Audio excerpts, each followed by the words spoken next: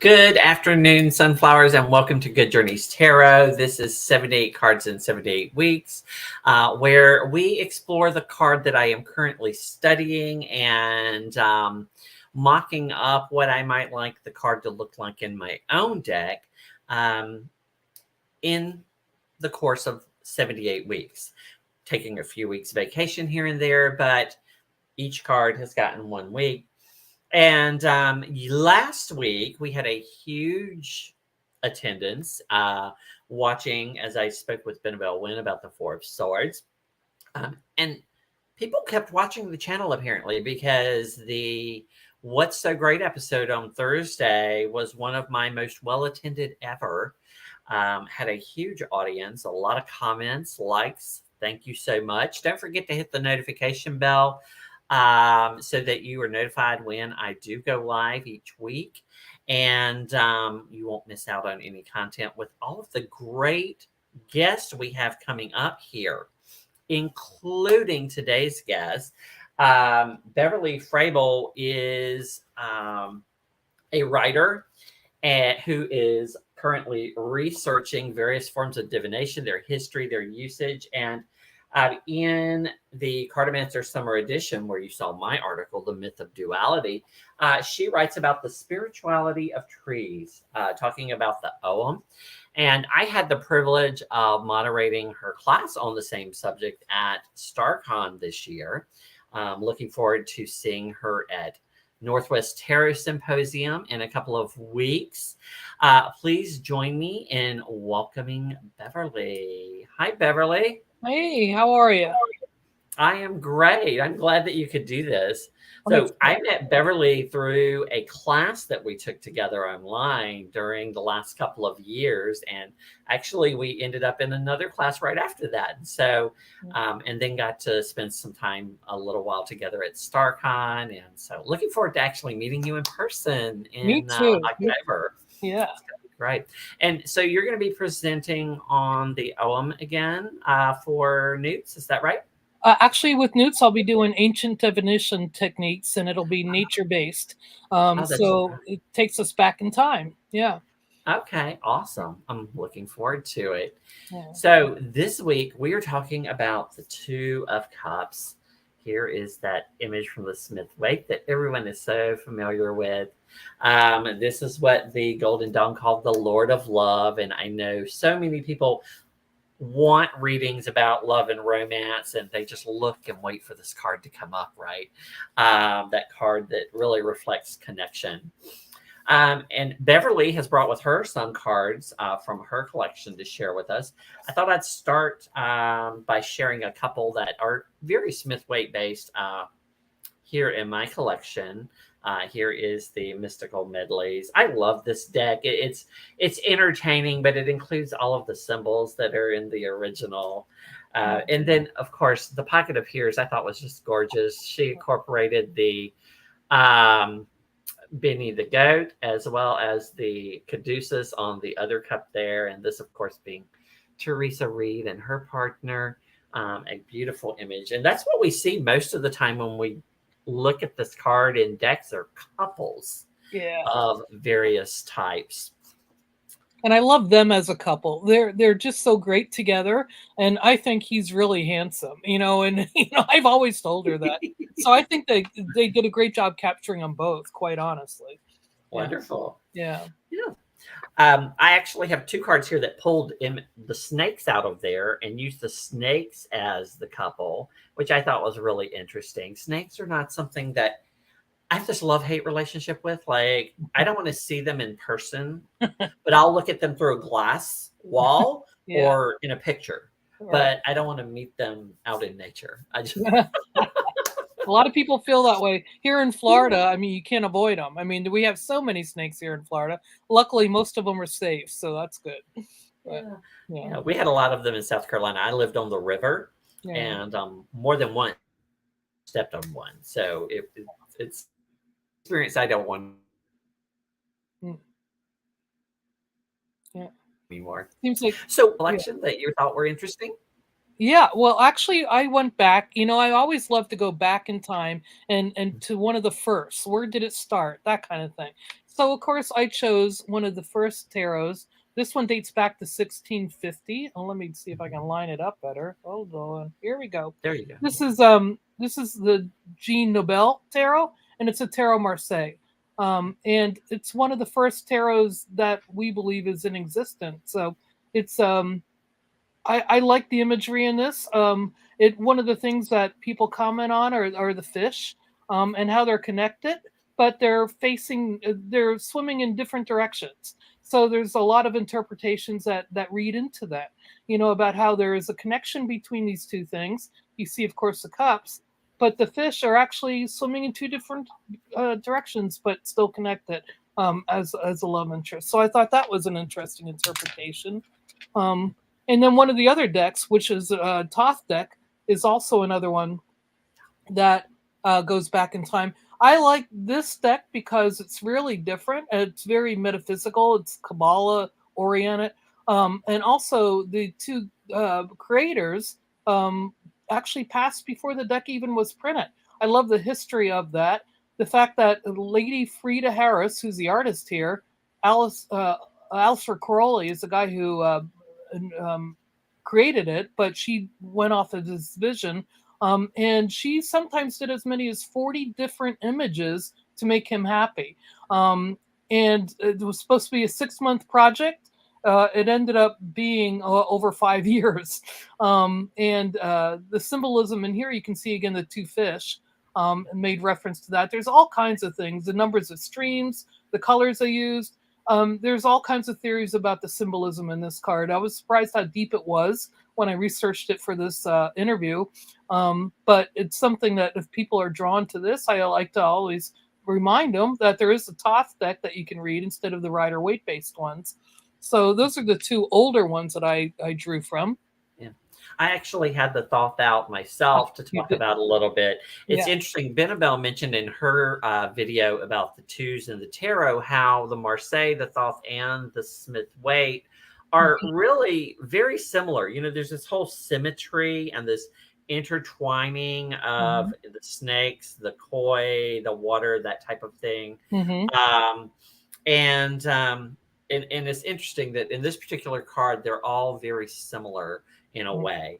And I'll talk a little bit more about that in a little while. But this card at the top, the water is coming out of a lotus. And the lotus is actually an image that appears in a lot of decks.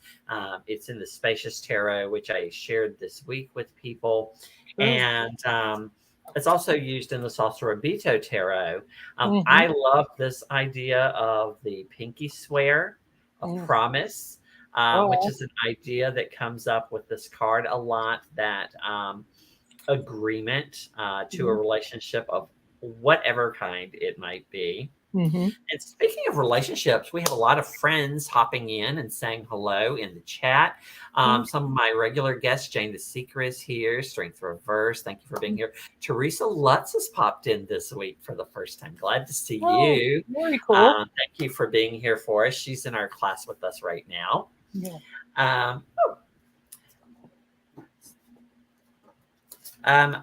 This is also another thing that we mentioned earlier was the idea of that in many of these there's couples, and in more modern decks we're beginning to see different types of couples. And so like the Urban Tarot, which is Thoth and Smith-Waite based, is gorgeous. We get a little imagery of both. And then this might hurt. And then this is one of my newest favorites, the Tarot of the Twirling Hands, which is just gorgeous. Wow. There's a lot of symbolism in that card, it looks like. Oh, yes, absolutely. There is the lotus there in the corners. You see the wings, which we get in the other cards. There's also the snakes there in the background. The two people in the front. It's gorgeous. And it's very cool. I had drawn one of my favorite decks is the Gaian Tarot by Joanna Powell Colbert. I'm just fascinated by the art she's created. She actually took 9 years creating that deck, and this is her version of the Two of Cups. And she always stated that one of the big influences for her when she was doing this deck was the Mother Peace Tarot, which was one of the first feminist decks, if you will, that focused on goddess and that sort of thing.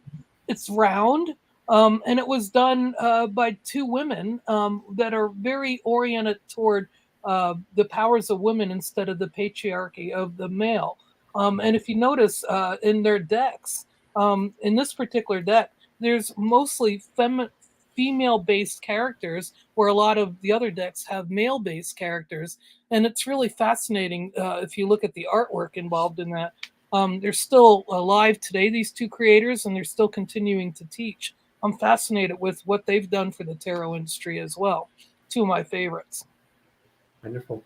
Yeah. Some of the cards that I drew out that are kind of different and unique from others are this card from the Modern Love, in which there's an older couple. The idea that, love isn't just for the youth, connection isn't just for the youth. It can happen anytime in life. Yeah. And as with the Gaian tarot that you showed, the Hip Chick tarot shows a different type of developing relationship. Fascinating. I love that. Yeah. That I thought was very interesting. It gave me a whole new insight into this Yeah. card, which everyone always associates with finding their soulmate. What deck was that one again, please? This is the Hip Chick Tarot. Fascinating. I like It's by that. Maria Strom. It was published by Red Feather, which is a division of Schiffer. And she renamed all of the suits. So they're Feel, Think, Create, and I can't remember the fourth one off the top of my head. But it's a very feminine deck. I love what, I'm sorry, I didn't mean to interrupt. I'm just going to say, I love what Red Feather is doing. They're really bringing a lot of the newer artists to market and supporting them. And it's really been interesting to watch, because the publishing houses that were in existence are still there and still active, but these newer ones that are coming on are really taking more risks. And I think it's fascinating to see as an industry what that's doing to our world as well. Cool. Another one that's a little different in my collection is this one. This is from the Sex Positive Tarot. It was a deck which was created by a organization in Italy to promote sex positivity, and it was based on the Marseille meanings of the cards, even though it is a fully illustrated deck versus a pip deck like most Marseille. But here you have the consent is the water suit in this deck, and in the Two of Consent here you see the idea of negotiation. And that's an important part of a partnership, whether it is physical or it is business or it is a friendship, negotiating what works for both parties. And that's an idea that comes up in the duality of this card that we see a lot, especially in newer decks, like, for example, the Fyodor Pavlov, where we see the sun and the moon coming together. I like that. And meeting in the middle. In the Lost Hollow Tarot, we have fire and water. And that's an idea that some people will draw out of the Smith Waite itself because of the idea of the lion representing the fire or the masculine. And then you also have the female there who is representing the water or the more passive. And so, but I really love this card. This is the Bonestone and Earth Flesh, where you have this connection. I actually I chose that one as well. That struck me as well. Yeah. That deck is hard to find. In fact, that particular deck, it sells for close to $1,000 on eBay right now. I don't know if you're aware of that or not. Yes, it was, it was a pre-order type of situation, and then they sold out really quickly. And I don't think they're looking to republish it, though they did publish the sketch version of it through Make Playing Cards, and it is almost twice what I paid for this one. Yeah, but it's because it comes with a 10 and that type of thing. But it is a beautiful deck. The way it was created, I understand it was done via YouTube, similar to what you're doing, where she solicited opinions on the deck as she was creating it. And so it was a really, I know a couple of people who were involved in that process, and I wish I had heard of it. I would have loved to listened in on that. But Yeah, yeah, I I caught love the that very deck. yeah, I only caught the very end of that, like maybe Yeah, the last 2 or 3 months yeah, of cards that she was working on with Anatorian, whose yeah, art is just beautiful. yeah, Love that particular style. yeah. So, do you have any other cards that you'd like to share with us today Yeah, from your this one collection? is from the Light Seers Tarot, and I have there it is. Light Seers Tarot is one of my very favorite ones as well. She really states that her deck is to look at the light seer and the shadow seer. Throughout the deck, it focuses on the dark sides of our personalities as well, and how they have to merge with the light side of our personality. And I really appreciated that perspective because so many decks just want it all to be sun and sunshine, and life is just isn't that way. And so if you never get to work with that other side of it, that's actually more challenging for you, then you never really get to be a whole in a lot of ways because you're going to come across it either way. In her deck, she really wanted to present that, and I think that's, for me anyway, an important part of working with a deck, that you actually have the opportunity to look at and reflect on some of those things that are challenges for you and uncomfortable, just uncomfortable, because that is actually how we, in my opinion, we grow through those. And this deck, the Light Seers deck, is now available. She also had a limited run initially, but now it's available widespread. It's been picked up by a publishing house. So it's out there, and I encourage people to take a look at it if you're not familiar with it, because the artwork, again, is phenomenal, in my opinion, and unique in enough ways that it's striking.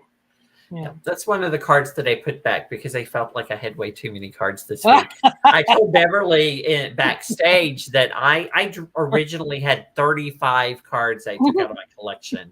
I think because this is a card that everybody finds easy to understand or comprehend, and so they have good ideas of what they want to see in it. Right. Whereas there are certain cards where almost many decks will struggle with because it's not everybody's favorite, right? And so Yeah. they'll stick to a known image versus trying to go somewhere else with it. So Right. Right. yeah, I only have one more card. It is the card I'm going to use to talk a little bit about symbols.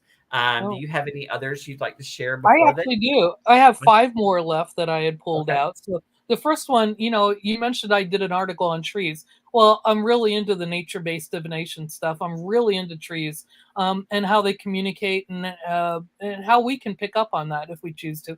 This particular deck is a tarot of trees. So every card in it has a tree that plays a part in the message of the card. So of course I had to include that. I had to include it because trees are so important to me.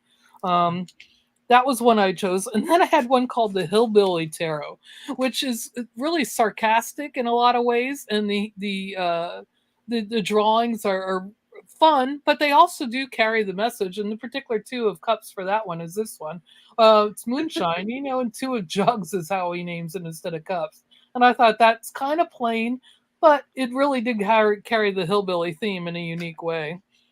That was one. I'm a real fan of Anna Kay, and she initially did a Lenormand deck that was really popular, and I just fell in love with the imagery there. And she also has a tarot deck. She started working on it when she was 14. Then she put it down and came back, and put it down and came back. She did her Lenormand deck, I believe, first, published that, self-published it initially, because that was a smaller number of cards, and I guess she didn't want to commit to the 78, but eventually she finished it. And this is her Two of Cups. She's one of the people that really focuses on the emotion and the faces. She says it's really important to read the emotion of the faces in her decks, and that's where her focus is a lot of the time. And the other one, I'm sorry, go ahead. Yeah, I have a regular viewer, Tarot Stash, Gerald, who always comments on the faces and their directions and Yeah. what their expressions are She on might, there. that person might actually taking a look at Anna Kay's work. She actually shows on her website every card. So without even buying the deck, you can go to her website and see all her Lenormand cards and all her tarot cards Yeah. and get a feel for whether they speak to you or not. It's still on my list of decks to acquire at some point. Oh I've yeah. seen them over and over. In fact, I actually created a Lenormand deck before I even started the tarot deck Oh, very myself. It just cool. seemed easier because it's pretty standard and what should be there, right? Yeah, it's a little more direct. I agree. Yes. Anna Kay actually surprised me. I wrote to her via her website, and she Mhm. communicates back. So it's actually kind of interesting to communicate with somebody like that. This particular one is a Future Ancestors Tarot, and it was one that was made aware to me by Joanna Powell Colbert, the one who did the person who did the Gaian Tarot. She mentioned it to me. I think she heard of it through others. She's really drawn to this because she's really does a lot of work with the ancestors and how they speak. I love the title of it, The Future Ancestors. It actually asks the reader to give thought to what their what they're doing in life and how it will affect those that follow them. So it's actually kind of a neat message and imagery and origin that this creator used. It's a lot of black and white symbolism. It's a lot of leaves are used in this, and it's actually a really cool deck, very unique in a lot of ways. And It's the only other, interesting. yeah, It's interesting that you mentioned the future ancestors, yeah, because this is one of the reasons I started this project was because I don't have any children, so I wanted to leave something behind, right, for the future. And oh, so this was yeah, one of those things they thought, okay, I'm going to at least try to get a deck out there for those who would be interested in it, and at least people will see that I was here at some point, yeah. perhaps in the future. So A legacy, if you will. yeah, Yes, right, yeah, I right, agree. of You know, some we kind. have a lot to share, and it's kind of a neat way to be able to share it. And for those that are open to receiving input, messages, and knowledge from others, I think it's ancestor work is becoming really big. You know, there's a lot of new books that are out about that, and a lot of emphasis being given to it now. And I think it's really cool that a lot of people are reflecting on, you know, what they can learn from those that were here before, in ways that they might not have done that before. We're reaching that stage of our life, if you will. In this deck, I have no idea what the name of it is. It's very simplistic too. It's kind of elementary in some ways, and yet when I work with it, I'm always kind of surprised at what comes through. So I have no idea what the name is. I can show you the back of the card. This, you know, I need to find out, you know, actually what it's called. It didn't have a box. I came across it when I was going through my collections, and now I'm struggling to identify it. At some point, I'm going to have to post a picture and see if anyone can help me. Do you know it by any chance? Yeah, I do not, but maybe someone in the Yeah, comments this week will, yeah, because we do have a yeah, lot of viewers who will catch up during the week and be yeah. able to tell us. But it Well, does that'd be really cool. remind me of the little frog in the Hello Kitty company. I know it looks like a Hello Kitty kind of deck, but Yeah, Hello yeah, Kitty is not in this deck, so I'm not quite sure where it comes yeah, from. yeah. Could just be the style. It could be. So Mm. those are the cards I pulled out, Okay. and the ones I thought were unique in some ways. Yeah. I couldn't find all of my decks. Frankly, I have one, the Golden Girls. Remember the TV show, The Golden Girls? There's a deck of them, and again, I'm always surprised by you have it over there Oh, somewhere. it's right there. Yeah, Oh, it's cool. behind my Yeah. pug. It's behind my pug right I there. thought they did a great job matching the characters to the Yes. cards in that deck. Yes. It's really interesting. Yes, we actually, Amy from Strength Reversed, who is here right now, and Jason from Terror by the Pines, and I actually did a live where we walked through the major arcana and shared some of our favorite cards and our thoughts on the Golden Girls Tarot while we Oh, had cheesecake. So that was a lot of fun. perfect. That's So, perfect. all right. Well, this deck is the Tarot Disassembled by Jennifer Steedley, and she is actually going to be at Northwest Tarot Symposium or NEWTS with us in October. And so I grabbed her deck to take a look at it. Wow. It focuses rather than on a intuitive image on the individual symbols that make Yeah. up the card. And what I'm finding interesting as I'm working with this deck is she finds symbols that I have never seen Oh, I love that. in the cards. And so this symbol up here in the corner, for example, Mhm. this corner, Yeah. which looks like a window, is actually a stage. And so what she's calling the stage is what I've always thought of as like just the sidewalk or the porch or whatever here. Mm-hmm. Um, and so that's kind of interesting to think about them being on a stage. Yeah. And I think that's why some people look at this card and they see Romeo and Juliet. Although I wouldn't have that correspondence because that's not a play that I ever enjoyed. I always thought it was more about obsession than love, but Yeah. myself. But Yeah. because of the way it ended. Yeah. Um, but yeah, but that is a correspondence that people have to it, I guess, a lot of times. Mm. But she points out the yin and yang energy of the card, Mm. that idea of the masculine, the feminine, the male, female, water, fire coming together, and Yeah. kind of and there's that meeting in the middle, which in the card we see the caduceus and which is often associated with Hermes and his staff, Mm-hmm. but it's a symbol of alchemy Mm. um, Mm-hmm. in more ancient times. And that idea that this card is not just about finding love, but it's about finding an inner alchemy where you blend uh, Mm-hmm. both the masculine and feminine, the active and passive within you to find balance in your emotions, right? That cups Mm-hmm. representing emotions. And so I like that. She also points out the house. Yeah. And I think that's a reason the house in the background, perhaps that future home they're going to build together. A lot Mm. of people talk about the card as being about engagement or Mm-hmm. marriage or hand fasting, Mm. ritual of some kind. Mm-hmm. But it could be like in the Salsarabito, where we see that pinky promise, where they are making an agreement for business Mm. or for friendship or whatever type of enterprise that they're wanting to be in as well. Mm. Can I see the back of the card for that one you had just shown? Not the Rider Waite, but the other one. I'm sorry. So That yeah, back looks really cool too. I noticed it when you were holding it. That's a very yes, cool back. Yeah. she did the same thing where she pulled Yeah. out symbols and used them on the back versus doing a patterned type of design. Yeah. I love that. Yeah, I It's love the that. Tarot Disassembled, Yeah. and it's by Jennifer Steedley, who is Ferocious Ink on Instagram. Hmm. And, she's going to be presenting on symbols in the Smith Waite during Northwest Terror Symposium. So, Yeah, I'm looking forward to that. Yeah. yeah. Um, so this card is identified with Venus in Cancer. So it's that that very nurturing kind of energy. Um, it's very related to our home life and our family.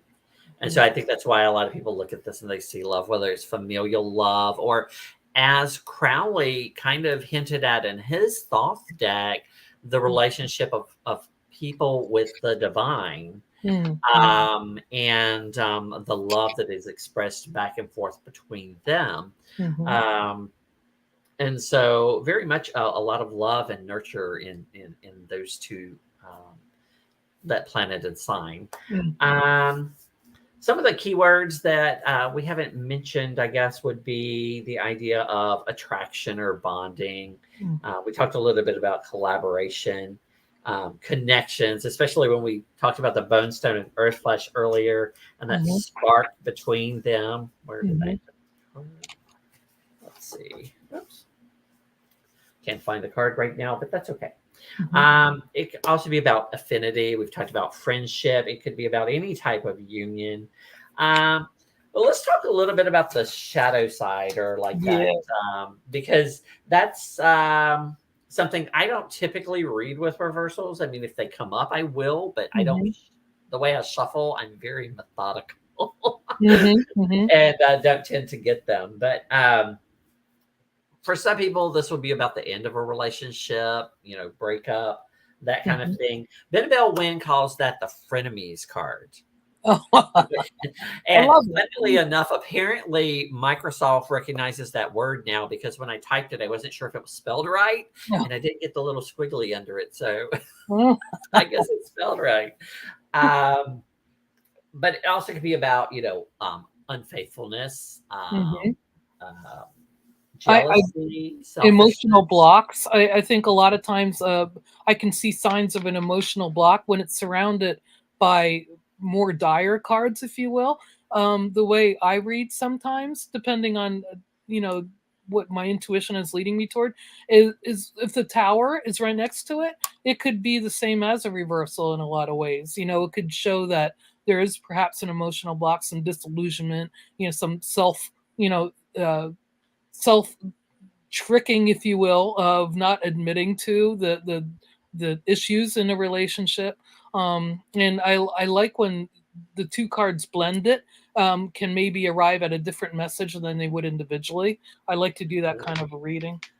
So yeah, the shadow side, like I mentioned earlier, I think it's really important to reflect on when you're doing a reading. Yeah. You know, And it can be as simple as about an unbalanced personally, right? You yeah, could be yeah, non-committal, not choosing, you know, right, something.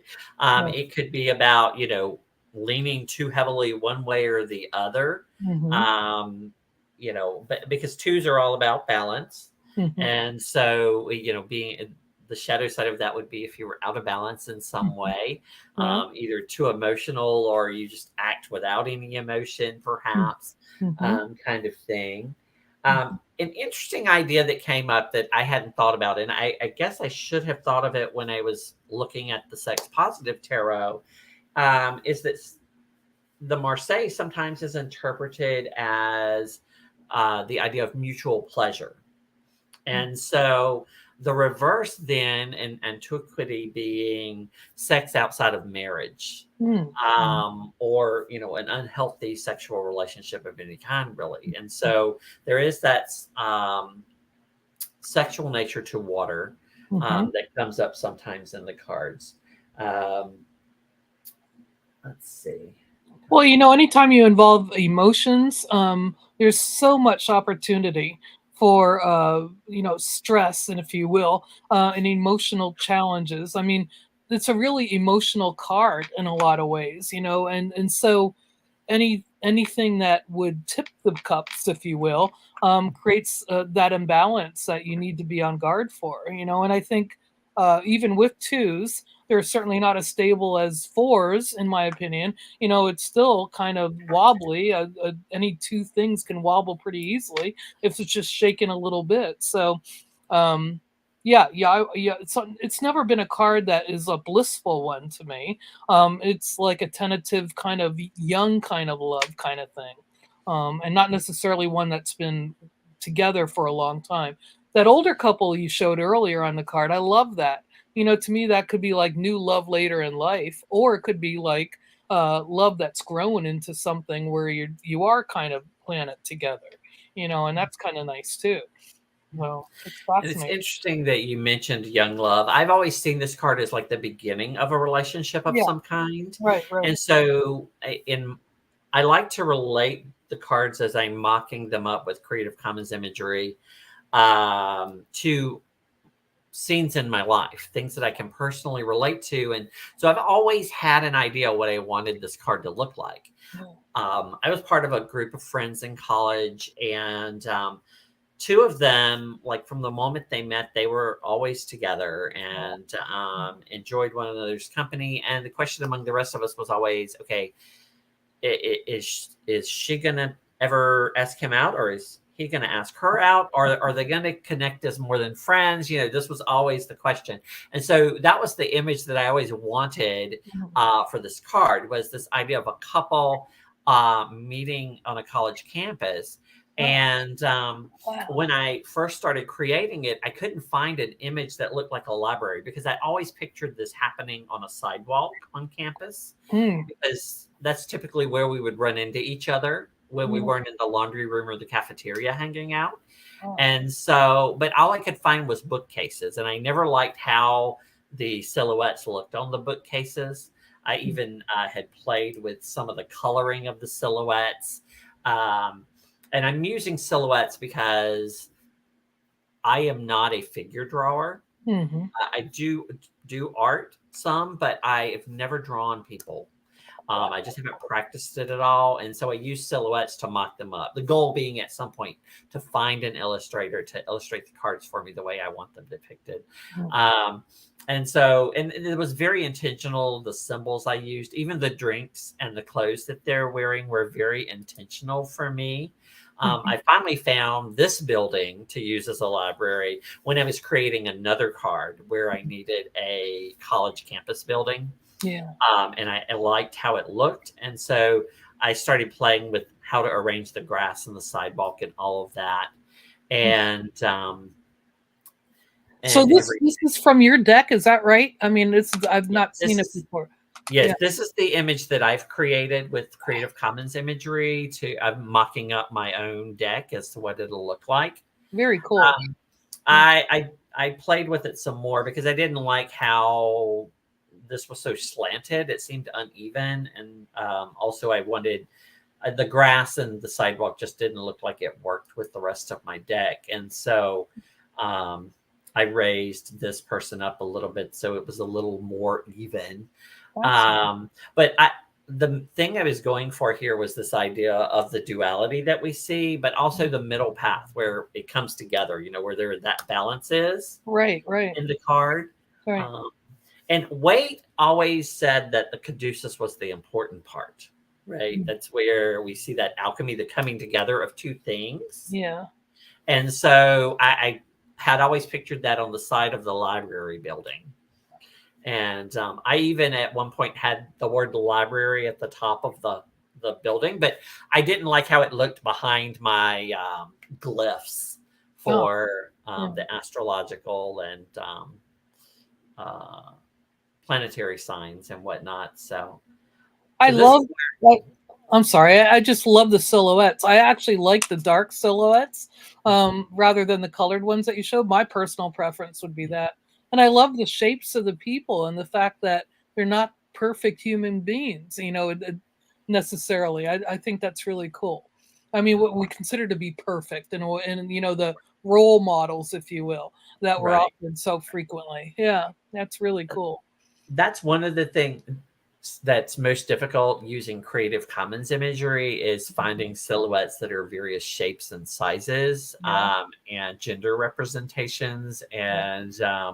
But I've tried to do that. And most of my cards, the silhouettes are simply black like this. Yeah, it's very cool. But in some of them, it didn't work out because of like the background Mhm. or because there was a special significance to in those cards that I wanted that I Mm. did do them different colors. Mhm. Particularly where I've had silhouettes overlapping, it's been problematic. So I've had to like make them different tones or different Mhm. colors. Mhm. So right now, this is what it looks like, unless someone has some groundbreaking idea as they have it in the past, that it might look like when I get done. So, Well, can I ask the first one that you showed with the books behind it? Are you displeased with? I heard you say it didn't offer you what you were looking for. Is that did I well, understand it correctly?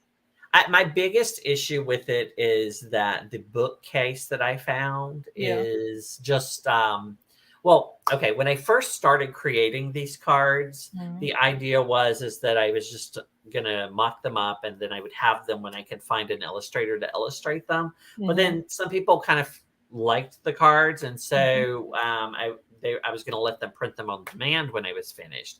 And Oh, so I decided that I would like more continuity between the imagery. yeah. And this graphic is just very um, mm, uh,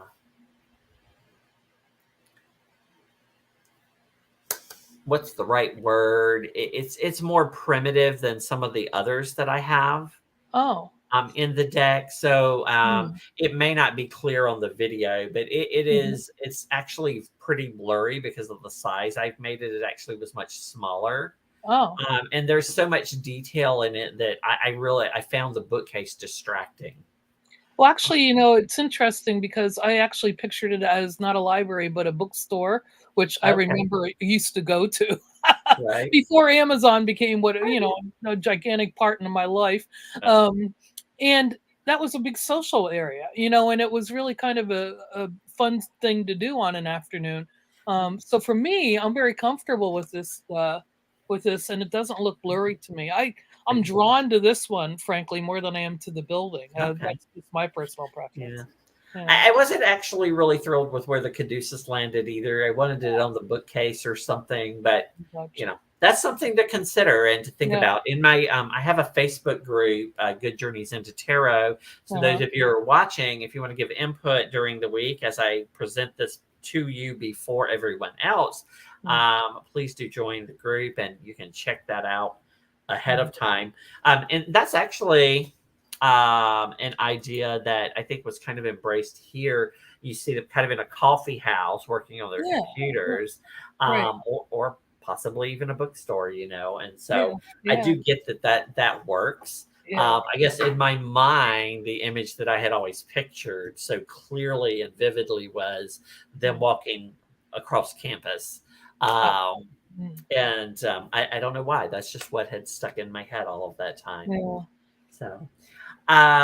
So Beverly, thank you so much for being here. Well, Beverly is Tarot Connections on yeah. Facebook, and you'll also see her as Beverly underscore Tarot underscore Connections on Instagram. Mhm. Is there anything that you're currently working on that you would like to share with people, let them know about, or how I'm retired, so I don't push myself a lot, but I am presenting at Newts, and I'll be presenting at StarCon, and eventually I might put my stuff together and actually publish a book on it, because I'm not finding a lot of it out there, and people seem to have an interest in it. So we'll see, but right now I enjoy learning, so I spend a lot of my time learning, and I hope to pass it on like you are, though. So maybe it would be a good thing to consider. Yeah, I enjoy learning, and that's really why I do this. Very casual conversations about the cards. I love talking to other people about the tarot. I learn things from other people and what they see in the cards and that kind of thing. Mhm. So the last thing that I like to do every week is draw the card for the next week. Very cool. I actually I'm using my original working deck from the Smith Waite Mhm. version, and I'll shuffle them. Actually, let me pull a card out. I am doing a special for my birthday next month, where I'm going to actually do a specific card. It looks like I've already taken it out, so that's good. Um, Mhm. don't have very many left. We're about 2/3 of the way there. Oh, We finished the last card about March. mm. So next week I will be talking with Christiana Gaudet, Oh, I and love her. Yeah. yes, she is great. I'm glad that she agreed to come on. That's been just so rewarding, inviting people and having almost everyone respond positively and say, "Oh yes, I would love to be there." Her And energy transmits over the waves. I mean, she's phenomenal. I encourage people to listen to that. all right, and our card is going to be the Page of Wands. Oh, cool. Uh, Mhm. so the courts are always the most interesting for me because I don't typically read as a fortune teller or psychic. I Mhm. am generally looking more for information to help me make decisions Mhm. and work out personal issues versus like relationships with other people. Since I Mhm. don't view these as people the majority of the time when Mhm. I'm reading, um, creating them has been a little bit more difficult for me Mhm. than other cards. In fact, I think once I've finished all of the cards and I look at the courts together, then that's when I'll be able to get a better idea of what they're going to look like. Right. Because I want to see them as little families Yeah. Okay. Very cool. in my tarot deck. So tune in next week, everyone. We'll be talking with Christiana Gaudet about the Page of Wands. Again, thank you so much for being here, Beverly. Until then, everyone, good journeys. Yeah. Thank you.